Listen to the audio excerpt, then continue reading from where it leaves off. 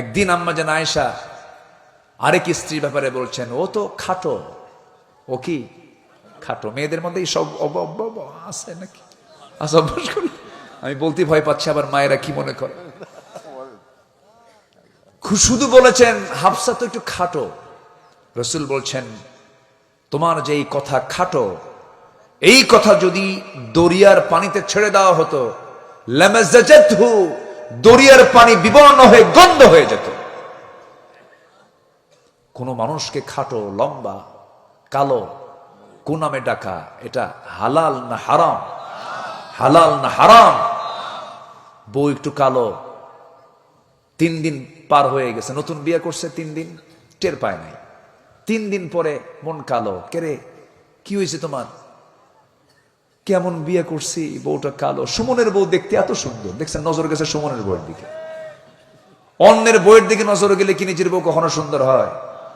নিজের বউকে রাজরানী দেখতে হলে, সারা জীবন যদি রাজরানী দেখতে চান, পৃথিবীর কোন নারীর দিকে নজর দেওয়া যাবে না।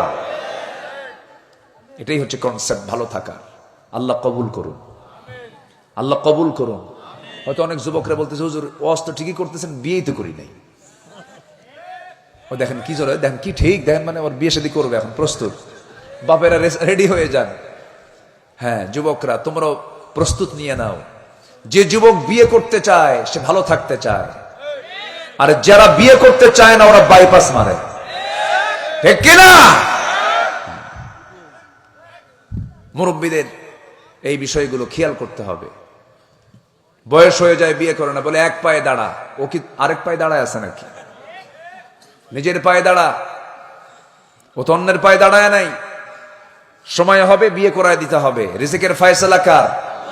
রিজিকের ফয়সালা কার? কোন পাখির কি খাদ্য গুদাম আছে? আছে খাদ্য গুদাম আছে? পৃথিবীর কোন প্রাণী, মানুষ ছাড়া কোন প্রাণীর কোন খাদ্য গুদাম লাগে? একমাত্র পিঁপড়া ছাড়া কেউ খাবার সংগ্রহ করে না, শুধুমাত্র পিঁপড়া। এছাড়া কোন প্রাণীর কোন খাদ্য গুদাম নাই। কথাগুলো শুনতে আপনারা কষ্ট পাচ্ছেন কিনা জানি না। সম্মানিত ভাইয়েরা, আমার নবীজি চলে গেছেন শ্বশুর বাড়িতে, গিয়ে আস্তে করে ডাকলেন, হুমায়রা তুমি কোথায়? হুমায়রা তুমি কোথায়? লাল টুকটুকে মেয়ে তুমি কোথায়? কিন্তু আম্মা জান আয়েশার মুখে কোনো হাসি নাই, কোনো জবাবও নাই। সামনেও দেখা দিচ্ছেন না, ধরা দিচ্ছেন না। ওরে আমার হুমায়রা তুমি কোথায় গেলে? আল্লাহর পক্ষ থেকে আয়াত নাজিল হয়ে গেছে, তোমার কোনো দোষ নাই। আম্মা জান আয়েশা সঙ্গে সঙ্গে বললেন, আমি ইব্রাহিমের আল্লাহর প্রশংসা করি। কার আল্লাহর বলেন? এই কথা বলা মাত্রই রাসূল বলে ফেরেন, আয়েশা তোমার রাগ তো এখনো কমে নাই, তোমার কথার মধ্যে আমি টের পাচ্ছি। দেখেন একটু রাগ করেছেন, কিন্তু রাগের ভাষাও কত জ্ঞান সূচক, কি বিজ্ঞচিত কথা। এত সুন্দর গ্রামার আটকায় দিলেন।